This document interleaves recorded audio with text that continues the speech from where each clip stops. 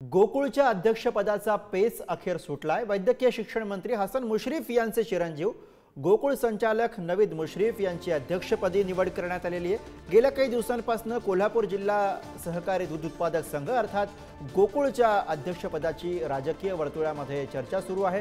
राज्याच्या वरिष्ठ नेत्यांनी हस्तक्षेप केल्यामुळे पेच निर्माण झालेला होता। गोकुळ दूध संस्थेचा अध्यक्ष होणार या आनंदामध्ये शशिकांत पाटील चुएकरांच्या दारामध्ये मंडप, त्याचबरोबर आनंद उत्सवासाठी लाखोंचे फटाके आणि कार्यकर्त्यांचा उत्साह यासह बरंच काही ठरलं।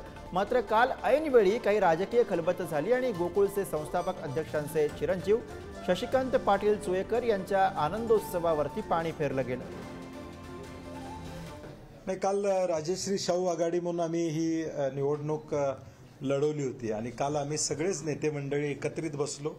कालच नाव निश्चित करून काल तो कागद माझ्याकडे देण्यात आला होता आणि मी सकाळी 2 वाजता तो विश्वासाबाजींच्याकडे दिला आणि सगळ्यांनी एकमतानं हा निर्णय या ठिकाणी घेतलेला आहे। त्यामुळे त्याला कुठलाही पक्षीय रंग किंवा जो बातम्यांमध्ये तसं काही नाही। राजश्री शाहू आघाडी म्हणूनच नावीद मुश्रीफ निवडून आलेले आहेत आणि त्यामुळे चेअरमन पदाची धुरा पुढच्या 1 वर्षाकरता आम्ही सगळ्यांनी, माझ्या सकट सगळ्यांनी आम्ही निर्णय घेऊन त्यांच्याकडे दिलेला आहे।